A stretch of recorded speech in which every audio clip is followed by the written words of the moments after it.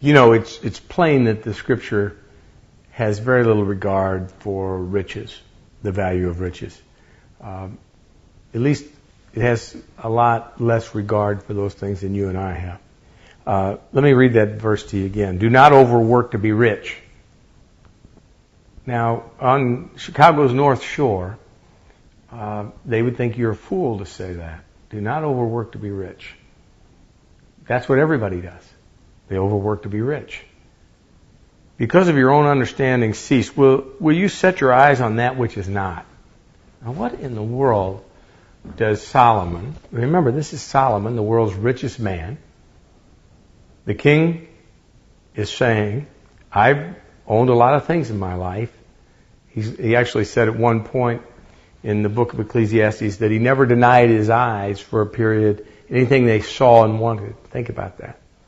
Everything he saw and wanted, he just purchased or acquired.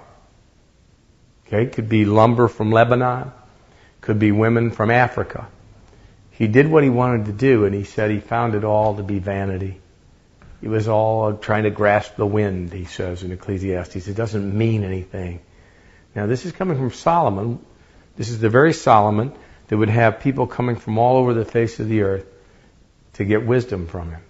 But maybe you and I don't see ourselves as people needing that kind of wisdom, but we'd be mistaken. He calls them, will you set your eyes on that which is not? That which is not what?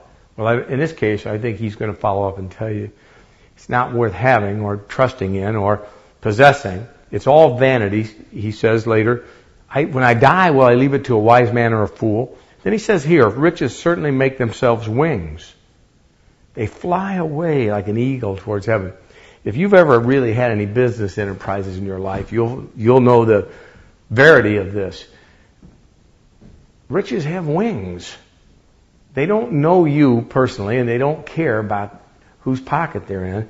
They just have wings. When you need them most, they take off. It's a sad fact, but anybody with any earthly wisdom even, let alone heavenly wisdom, would understand this precept. So the question is, if you can say amen, that riches have wings, you can't keep them all. Somebody, some government agency or some employee or some other bad business venture or something will take them. Then why would you make them your best things? If they're that easily taken, if they do have wings, why would you make those your treasures? Then you have to stay up all the time trying to protect your treasures. What sense does that make? People steal them. People break in. They rust away. It's just silly. God's always imploring you to put treasures in heaven where they're safe. That makes sense. They don't have wings in heaven. God keeps them under control. He clips their wings in heaven. They're there waiting for you if you're a Christian. Set your affections on those things. In Psalm 119, David goes a little stronger than his son Solomon, and he says, I think it's verse 37, he says, Lord, take my eyes away from worthless things. Worthless things. They're not just things that are not, as Solomon calls them, but they're worthless things. What worthless things? All the things that are your treasures now. All of these earthly possessions that you are so proud of, that buffet sitting over there next to your dining room table, or, that vintage automobile, or the gold coins, or the Pete Rose rookie baseball cards, or whatever it is that you have, that are your treasures, it's inane and insane to have them as your treasures. Not only will they, if it's money, will it fly away. If it's Pete Rose's card, it'll rot away. You can see David calls them worthless things. Why? It brings me to this point. Are earthly things adequate objects for my soul? David would answer, no. Here's the way it works. When you see an unbelieving person giving his all, staying up late to be rich, that makes sense. Why not? His best things are in this world. Even though they're always subject to being stolen, they're His best things. This is a system of this world. What would you expect? It seems perfectly natural for me that when I was an unbeliever, that I would work day and night to get the biggest barrel full of gold or properties or whatever it is that's on your mind. I would stay up and work my tail off to get that. Why not? It's my system. I belong to this world. I wasn't smart enough to see there was another world. So I wanted to get ahead in this world, and it looked like it was all about gathering money. And I didn't know how to do it, but I wanted to do it. That much I was certain of, and all my friends wanted to do it. And I thought, if you'd asked me this question, are earthly things adequate objects for my soul? First, I didn't know I had a soul. Secondly, as I got older, I would have just denied I had a soul, even though I thought I had one. Thirdly, I would have said to you, the only thing that counts is this life. So the guy who wins in this life has the most women, the biggest boat, the biggest house, and the most bank accounts.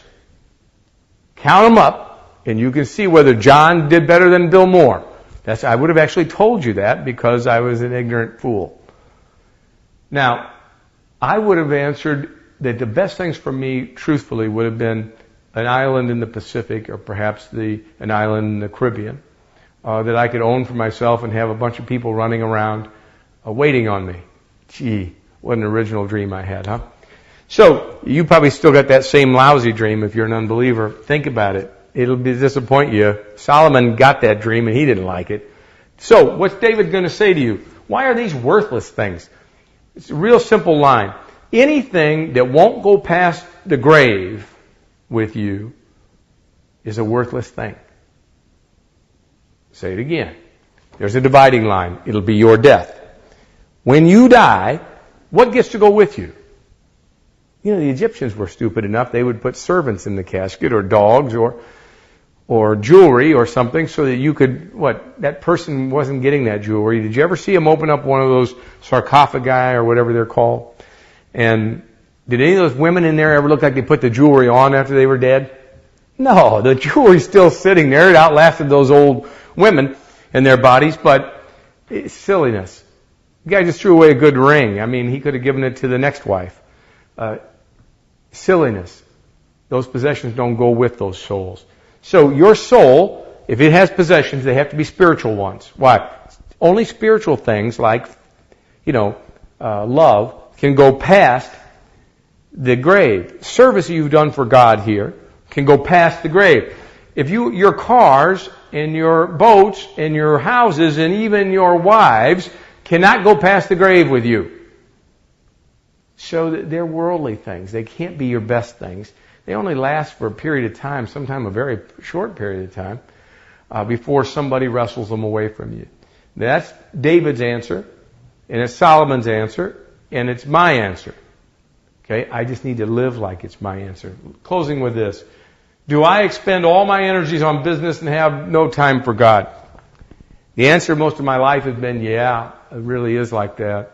I spend all my time, as I said to my wife Lois the other day, when somebody tells me that they're going to revamp their business so that they can find time for Bible study, they just mean they never want a Bible study. Your life should be built around Bible study, and your business should fit in around it. It's just backwards. Let me say it this way. The way that businessmen, the normal businessman like me, has always conducted his life is to talk about having time for God after his business is done. A normal, intelligent Christian man would have it the other way around. He would say, I have this time for God. How much time does that leave me for my business?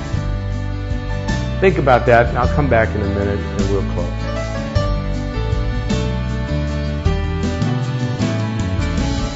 You know, this subject of being a Christian in the world is a baffling one to most people, and it's still to some degree baffling to me, although I've thought about it a lot.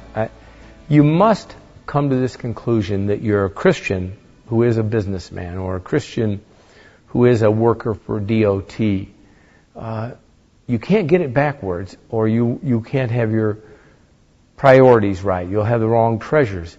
You can't be a guy who works for DOT and is a Christian.